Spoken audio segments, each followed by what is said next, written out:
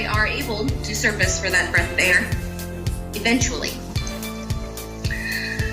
Splinter is now eating on his own. It's not really uncommon for our larger greens to not when they first come in, but you can see his food set up there.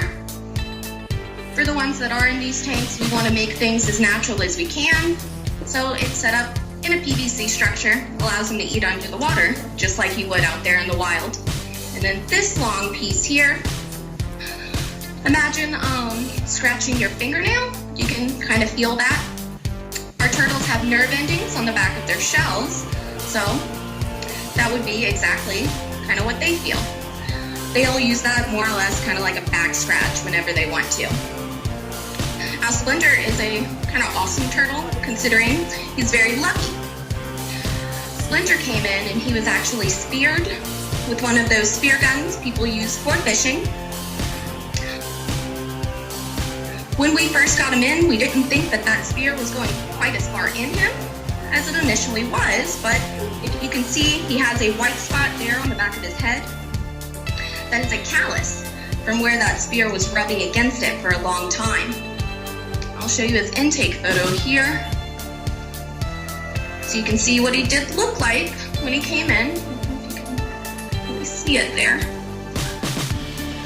So Splinter got speared and he was also entangled in fishing line.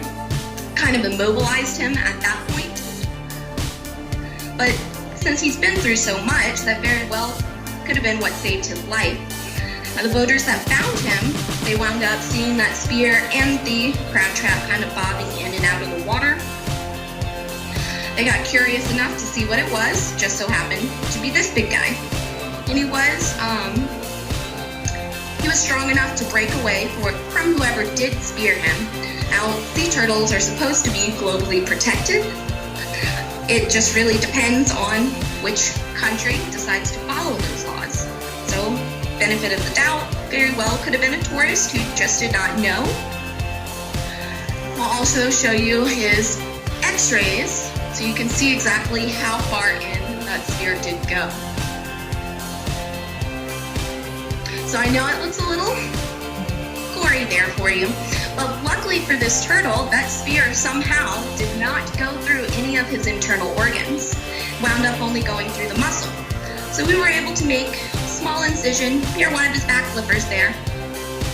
We used an endoscope, just like we use in us. Some have a camera on the end, some have little grabby pieces. We put some copper tubing around it, and we were able to get that successfully out of him.